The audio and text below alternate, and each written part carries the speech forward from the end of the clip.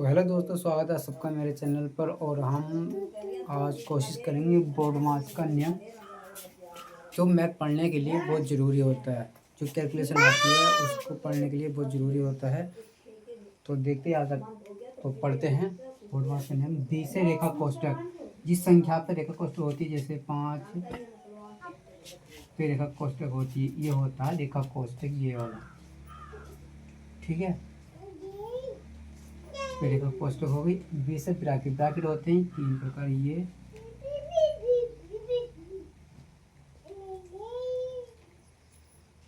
ठीक, उसका होता है ओ का के लिए, यानी कि इसका का के लिए होता है मतलब गुणा।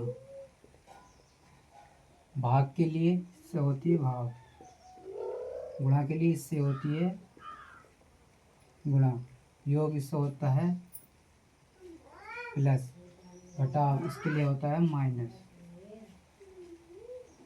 अब इसमें ये होता है कि सबसे पहले हमें कौन से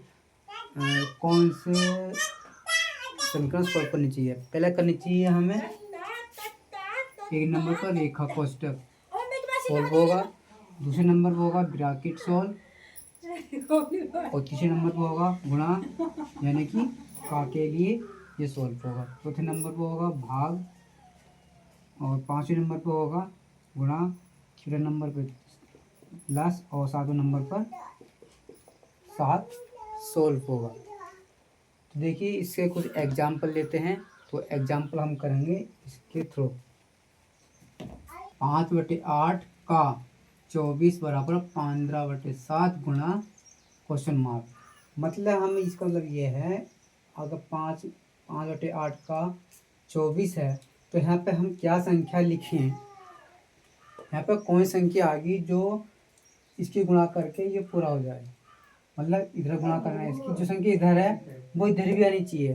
तो हम ऐसे कौन संख्या से गुणा करें जो संख्या इधर आएगी वो इधर भी आनी चाहिए। तो वो कैसे सोल्व करेंगे।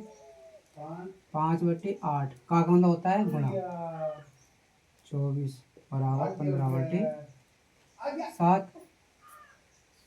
इसकी जगह मान लेते हैं हम x, कुछ भी मान लीजिए, XYZ कुछ भी मान लीजिए, x मान लिया। अब 8 से काटेंगे, 8 तिया 24, 5 तिया 15, 5 तिया 15 बराबर 15/7 और गुणा x। ठीक है, जिसके बटे में कुछ नहीं होता उसके बटे में हमेशा 1 होता है। जिसके बटे में कुछ नहीं होता उसके बटे में 1 रखते हैं। देखो इसको सीधे भी काट सकते हैं, ऐसे भी काट सकते हैं, ठीक है, या इसकी गुणा करके भी काट सकते हैं। ठीक, जैसे तरीके बहुत सारे होते हैं काटने के। इसको यहाँ से ऐसे काट सकते हो, बराबर में संख्या बराबर वाली कटती है, ठीक है, और गुणा में ऐसे ऊपर नीचे कटती है। देखो जैसे गुणा में लिखा 7/5, और यहाँ लिख दिया मैंने 25/21।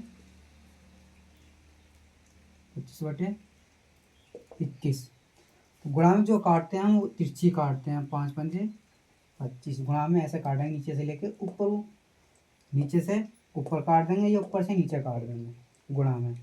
तो 7 का 7 और 7 तिया 21। तो क्या रिजल्ट आया निकल के, 5 का 5, 5 पंजे 25, 7 का 7 और 7 तिया 21। अब गुणा करते हैं आपस में, 5 का 5 और 3 का 3, ये करके आता है हमारा। लेकिन बराबर का कहीं बीच में हो तो कैसा काटते हैं, बराबर संख्या बराबर वाली से काट देते हैं, बराबर संख्या बराबर वाली से काट देते हैं। और 7 का 7 कितना आया यहाँ पे, 1/1 बराबर 1/7 गुणा x। हमें निकालना है इसकी वैल्यू x की। क्या करेंगे, तीसरी गुणा कर लो या कुछ भी, तीसरी गुणा कर लो इसकी। 7 का तीसरी गुणा इसमें कर दो, इसमें कर दो। 7 का 7 बराबर 1 गुणा x, और x गुणा 1 में करेंगे तो x ही आएगा, बराबर 7। x का मान क्या आया, 7। ठीक है, ये 7 सही है या गलत, इसको हम अभी प्रूव करते हैं। 7 आंसर हमारा सही आया है गलत। इसका मतलब ये है, अगर जो संख्या यहाँ आ गई वो यहाँ आनी चाहिए, तब हमारा आंसर ये करेक्ट होगा। जैसे कि 5/8 गुणा 24 बराबर 15/7। यह माना हमने x, इसको जगह माना हमने x, तो x मान के निकाला हमने 7। यहाँ लिख देंगे 7 गुणा में। अब 8 तिया 24, 5 तिया 15 बराबर 7 एकन 7, 5 15 एकन 15। सिद्ध होता है कि संख्या हमारी अगर हम 7 यहाँ रखते हैं तो बराबर संख्या दोनों आएंगी। बराबर मतलब होता है दोनों संख्या बराबर होनी चाहिए। इधर 14 है तो इधर भी 14 होनी चाहिए, इधर 12 है इधर भी 12 होनी चाहिए, इधर 12 इधर है तो इधर भी 12 होनी चाहिए। इसको मतलब बराबर आना चाहिए। इसको हमने 7 से गुणा यहाँ कर देते हैं, संख्या दोनों बराबर आ जाएंगे। ठीक है। और दूसरी बात यह है, अगर कोई जैसे ब्रैकेट आता है तो ब्रैकेट सोल्व करेंगे। ठीक है, जैसे रेखा कोष्ठक आती है पहले रेखा कोष्ठक सोल्व करेंगे, ब्रैकेट आता है फिर ब्रैकेट सोल्व करेंगे, फिर का सोल्व करेंगे, फिर डिवाइड, फिर मल्टीप्लिकेशन यानी कि गुणा, फिर जोड़, फिर घटाना सबसे लास्ट में करते हैं। जैसे कि हमने लिखा 2p/5 बराबर 3/10। हमें यहाँ से p का मान निकालना है, तो p का मान क्या है? ठीक है, 2p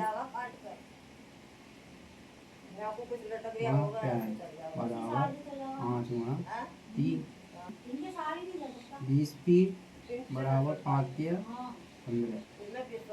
पी का मान निकाल लेंगे 15/20, ऐसे काटेंगे 5 या 15 और 5 20, तो पी का मान कितना आया 3/4। अब इसको सिद्ध करने के लिए क्या आना चाहिए, जैसे कि 2p/5 बराबर 3/10 है, तो हमें इसको सिद्ध करना है 3/10 कैसे आना चाहिए। तो पी का मान रख देंगे 2 गुणा पी का मान कितना 3/4 गुणा 5 बराबर 3/10। 2 दूनी 4, 3 5 दूनी 10 बराबर 3/10। तो सीधे होता है कि हमारे पी का मान बिल्कुल सही है।